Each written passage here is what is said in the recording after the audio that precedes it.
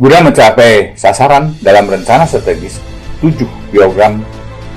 kerja prioritas kejaksaan tahun 2021, yaitu pendampingan dan pengamanan pemulihan ekonomi nasional dalam rangka percepatan pembangunan nasional, pengawasan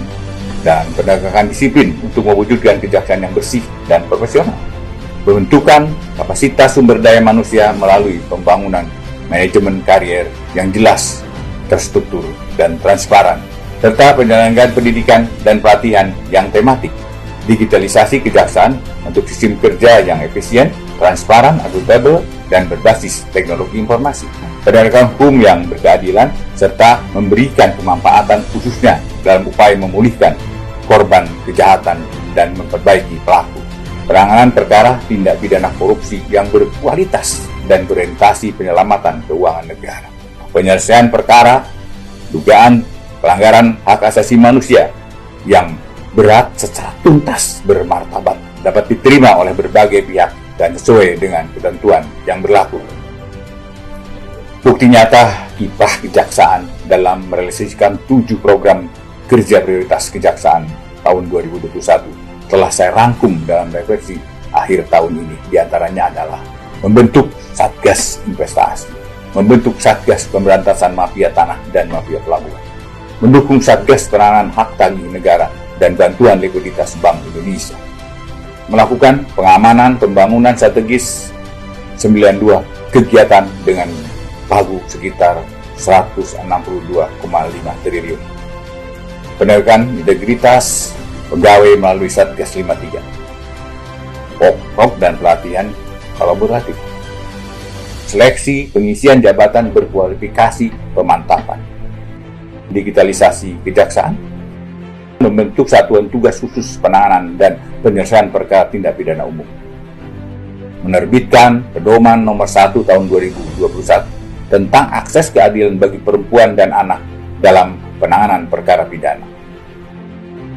menerapkan pedoman nomor 3 tahun 2021 tentang pengelompokan jenis tindak pidana dan pembagian penanganan perkara tindak pidana umum,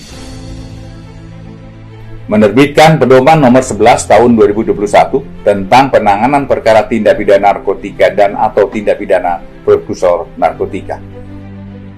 menerbitkan pedoman nomor 18 tahun 2021 tentang penyelesaian penanganan perkara tindak pidana penyalahgunaan narkotika melalui rehabilitasi dengan pendekatan keadilan restoratif,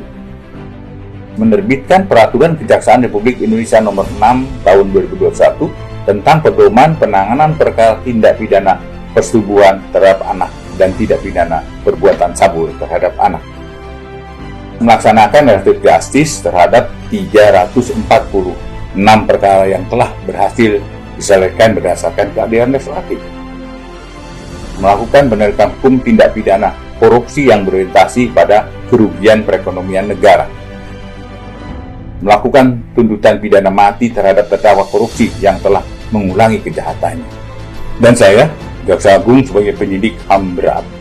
membuat terobosan untuk mengatasi kebuntuan hukum dengan melakukan penyidikan umum peristiwa pelanggaran HAM berat Paniai tahun 2014. Selain melaksanakan tugas pokok-pokok yang berbagai terobosan dalam penegakan hukum, kejaksaan juga senantiasa terus melakukan berbagai langkah strategis untuk menjaga marwah institusi dan penguatan kelembagaan. Di antaranya adalah reformasi birokrasi atas 18 satuan kerja meraih predikat wilayah bebas korupsi dan 4 satuan kerja meraih predikat wilayah birokrasi bersih melayani, mempertahankan predikat wajar tanpa pengecualian WTP dari Badan Pemeriksa Keuangan Republik Indonesia yang kelima kali berturut-turut, pengesahan atas perubahan Undang-Undang Kejaksaan, pengadaan dan pengembangan pegawai yang akuntabel dan penempatan sumber daya manusia berbasis kompetensi, serta terselenggaranya pengusulan kenaikan pangkat pengabdian dan pensiun, inovasi program unggulan kepegawaian, kerjasama hukum dengan organisasi dalam dan luar